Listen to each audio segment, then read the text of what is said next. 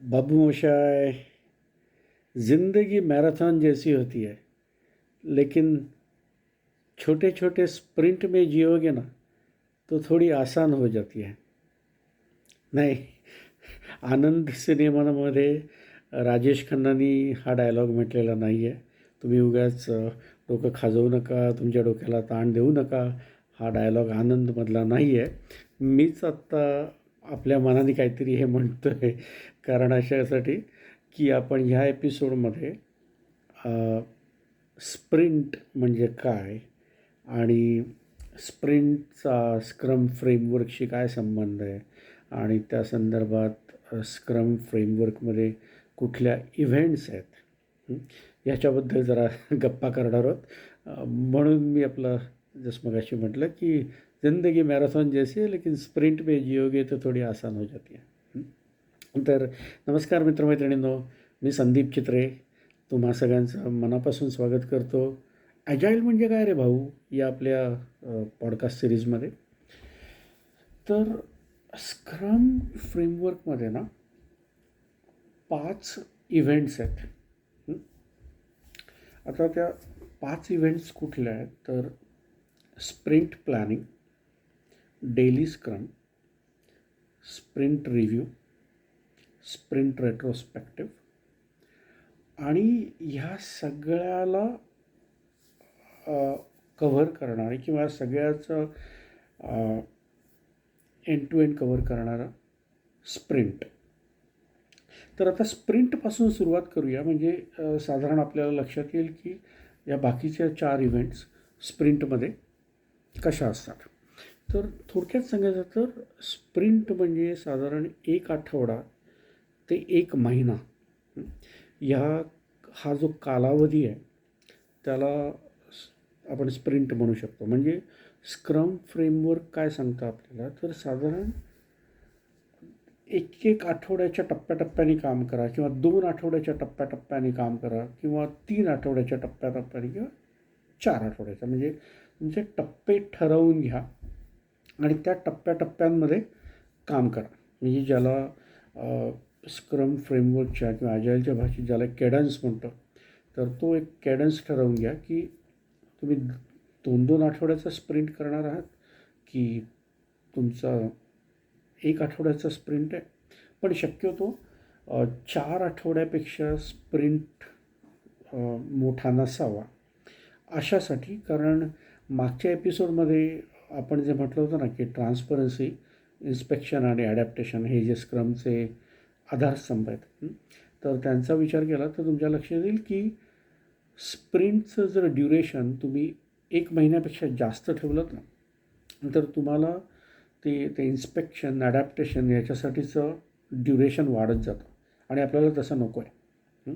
त्यामुळे ज्याला एक बेस्ट प्रॅक्टिस किंवा प्रचलित बऱ्याच ठिकाणी कुठलं केडन्स वापरलं जातं तर साधारण 2 आठवडे ही एक स्प्रिंटचं सर्वमान्य ड्युरेशन आहे.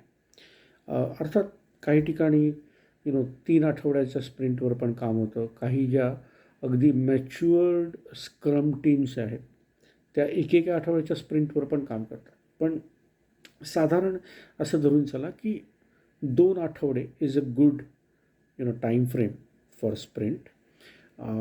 आणि एक गोष्ट मी जरूर आवर्जून नमूद करीन की इट्स ऑल्सो बेस्ट प्रॅक्टिस की स्प्रिंटचा जो सुरुवातीचा दिवस आहे ना तो आणि स्प्रिंटचा शेवटचा दिवस म्हणजे 2 आठवड्यानंतरचा शेवटचा दिवस हा सोमवार आणि शुक्रवार नसावे. म्हणजे साधारण आपण जर 5 दिवसांचा आठवडा धरला तर ह्या 5 दिवसांच्या 2 आठवडे आपण म्हणतो ना, म्हणजे सोमवार ते शुक्रवार आणि मग पुढच्या आठवड्यातला सोमवार ते शुक्रवार असे 2 आठवडे मिळून आपला स्प्रिंट होतो, राईट. तर शक्यतो आपल्याला ना स्प्रिंटची सुरुवात सोमवारी करायची आणि स्प्रिंटचा शेवट दुसऱ्या आठवड्यातल्या शुक्रवारी करायचा, असं करायचं नाही आहे. याचं एक कारण असं की साधारण आठवड्याची जेव्हा सुरुवात होते ना, सोमवारी जेव्हा सगळेजण ऑफिसमध्ये येतात आता सध्या तर काय अनफॉर्च्युनेटली आपण पॅन्डेमिकमुळे घरनंच सगळेजण काम करतो आहे. रिमोटली बरंच काम चाललं आहे. त्यामुळे मगाशी मी हसलो अशासाठी की ऑफिसमध्ये जाणं होत नाही. पण तरी पण वर्क वीक जो सुरू होतो त्याच्या पहिल्या दिवशी कधी कधी काय होतं की कन्सल्टंट्स जर असतील तर ते वेगवेगळ्या ठिकाणून प्रवास करून येणार वगैरे.